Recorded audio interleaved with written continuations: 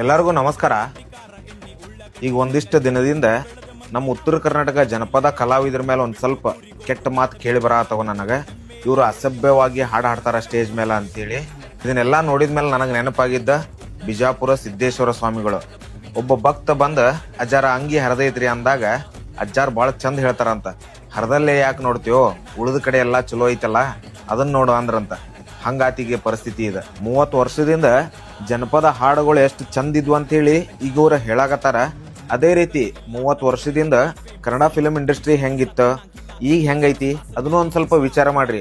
ಜನಪದ ಕಲಾವಿದ್ರು ಬರೀ ಸೊಂಟದ ತೆಳಗನ ಮಾತಾಡ್ತಾರಂತ ಆರೋಪ ಮಾಡ್ತಾರ. ಇರ್ಲಿ, ಇವತ್ತಿನ ಫಿಲ್ಮ್ ಇಂಡಸ್ಟ್ರಿ ಅವರು ಪಬ್ ಸೀನ್ಸ್ ಆಗಿರ್ಬೋದು, ಬೀಚ್ ಒಳಗ್ ಇರ್ತಕ್ಕಂತ ಸೀನ್ಸ್ ಆಗಿರ್ಬೋದು, ಶಾರ್ಟ್ಸ್ ಮತ್ತೆ ಬಿಕ್ನಿ ಒಳಗ್ ತೋರಿಸ್ತಾರ.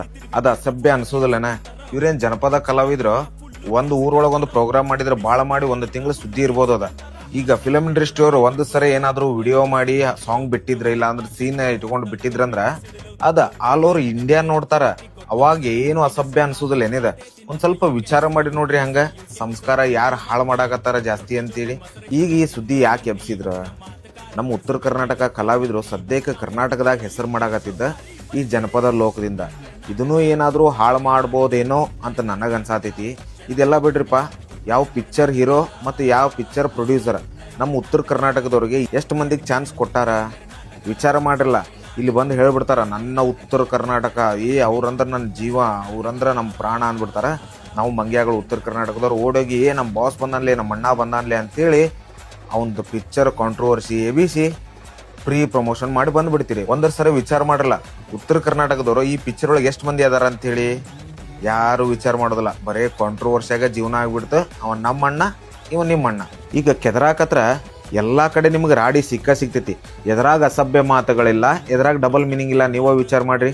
ಫಿಲಮ್ ಇಂಡಸ್ಟ್ರಿ ಒಳಗೂ ಐತಿ, ಡ್ರಾಮಾ ಒಳಗೂ ಐತಿ, ಶಾರ್ಟ್ ಮೂವೀಸ್ ಒಳಗೂ ಐತಿ. ಬರೀ ಜನಪದ ಹಾಡೊಳಗೆ ಅಷ್ಟೇ ಐತಿನ? ಇಲ್ಲ. ಈಗ ಕರ್ನಾಟಕದ ಒಂದಿಷ್ಟು ಯೂಟ್ಯೂಬರ್ಸ್ ಈ ಜನಪದ ಗಾಯಕರ ಮೇಲೆ ಮುಗಿ ಬಿದ್ದಾರ. ಇರ್ಲಿ, ಬಿಳ್ಳಿ ಬ್ಯಾಡ್ ಅನ್ನೋದಿಲ್ಲ. ನೀವು ಉತ್ತರ ಕರ್ನಾಟಕ ಅಭಿವೃದ್ಧಿ ಬಗ್ಗೆ ಯಾಕೆ ಗಟ್ಟಿಯಾಗಿ ಧ್ವನಿ ಎಬ್ಬಿಸ್ಲಿಲ್ಲ? ಮತ್ತೆ ನಮ್ಮ ಉತ್ತರ ಕರ್ನಾಟಕಕ್ಕೆ ಐಟಿ ಬಿಟಿ ಬರ್ಬೇಕಂತೇಳಿ ಯಾಕೆ ಗಟ್ಟಿಯಾಗಿ ಧ್ವನಿ ಎಬ್ಬಿಸ್ಲಿಲ್ಲ? ಬರೀ ಇವ್ರನ್ನಷ್ಟೇ ಇಟ್ಕೊಂಡು ಜೋತ್ ಬಿದ್ದಿರಲ್ಲ. ಕಾರಣ ಏನ? ಈ ಆರ್ಕೆಸ್ಟ್ರಾದವ್ರನ್ನ ಏನಾದ್ರು ಮೂಲಿ ಹಿಡಿದು ಕುಂದ್ರಸ್ಬೇಕಂತ ಐತೆನ? ಈಗ ಲಗಾಮ್ ಹಾಕೋದಿತ್ತಂದ್ರ ಎಲ್ಲದಕ್ಕೂ ಲಗಾಮ್ ಹಾಕ್ಬೇಕ. ಬರೀ ಇವ್ರೊಬ್ಬರಿಗೆ ಜೋತ್ ಬಿದ್ದ ಜೀವನ ಮಾಡೋದಲ್ಲ. ತಲೆಯಾಗಿ ಇಟ್ಕೋರಿ. ನಾನೇನಾದ್ರೂ ಜಾಸ್ತಿ ಮಾತಾಡಿದ್ದೆ ಅಂದ್ರೆ ಕ್ಷಮೆ ಇರಲಿ. ನಮಸ್ಕಾರ.